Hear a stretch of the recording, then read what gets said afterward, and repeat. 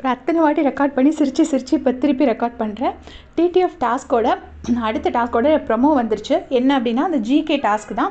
இந்த டாஸ்க்கை பார்த்தாலே அரோராக்காகவே டிசைன் பண்ண டாஸ்க் மாதிரி தான் தெரியுது. ஏன்னா அவங்க வந்து கொஞ்சம் இன்டெலிஜென்ட்டுங்கிறது எல்லாருக்குமே தெரியும்.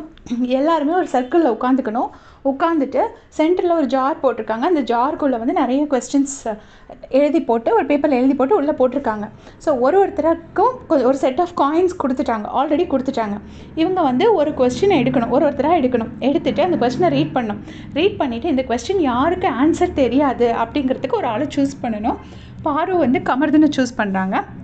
அப்புறம் அந்த பர்சன் வந்து அதுக்கு ஆன்சரை சொல்லணும். சப்போஸ் கரெக்டாக சொல்லிட்டாங்கன்னா பாரு அந்த ஒரு காயின் வந்து கமர்தனுக்கு கொடுக்கணும். கமர்தன் தப்பாக சொல்லிட்டாருன்னா கமர்தனோட ஒரு காயின் வந்து பாருக்கு போயிடும்.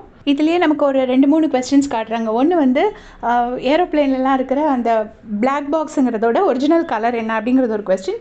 நீளமான நெடுஞ்சாலை என்ன அப்படிங்கிறது ஒரு கொஸ்டின்.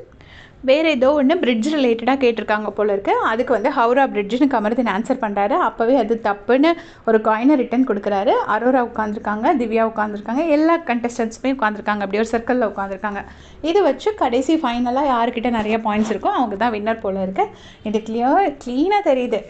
இது மாதிரி ஒரு சபரி வந்து டாப்பில் இருக்கும்போது கரெக்டாக ஒரு குரூப் டாஸ்க் டிசைன் பண்ணாங்க. ஏன்னா குரூப் டாஸ்க்னால் கண்டிப்பாக சபரியை போட்டு அடிச்சிருவாங்க. ஏன்னா ஃபஸ்ட்டு லீடிங்கில் எல்லாம் இருக்கார். அதனால் எல்லோரும் போட்டு அவர் அட்டாக் பண்ணுவாங்கன்னு தெரியும். இல்லைனா மட்டும் யாருமே சபரிக்கு சப்போர்ட் பண்ண போகிறது கிடையாது. அதுக்கப்புறமா இப்போ ஒரு ஜிகே டாஸ்க், அது சபரி விக்ரம் எல்லாருமே கொஞ்சம் நல்லா தான் பண்ணுவாங்க அப்பார்ட் ஃப்ரம் அரோரா. அடுத்த லாஸ்ட் டாஸ்க் வந்து கார் டாஸ்க். ஸோ மொத்தமாக 8 டாஸ்க் தான். எதனால் அந்த 9th டாஸ்க்கை கேன்சல் பண்ணாங்கங்கிறது மட்டும் எனக்கு புரியலை.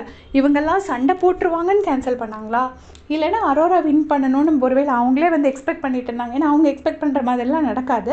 அல்டிமேட்டாக அரோரா வின் பண்ணியிருக்காங்க, அது போதுங்கிறதுனால ஸ்டாப் பண்ணாங்களாங்கிறது நமக்கு தெரியல. இதை பற்றி உங்களுடைய கமெண்ட் சொல்லுங்கள். தேங்க்ஸ் ஃபார் வாட்சிங்.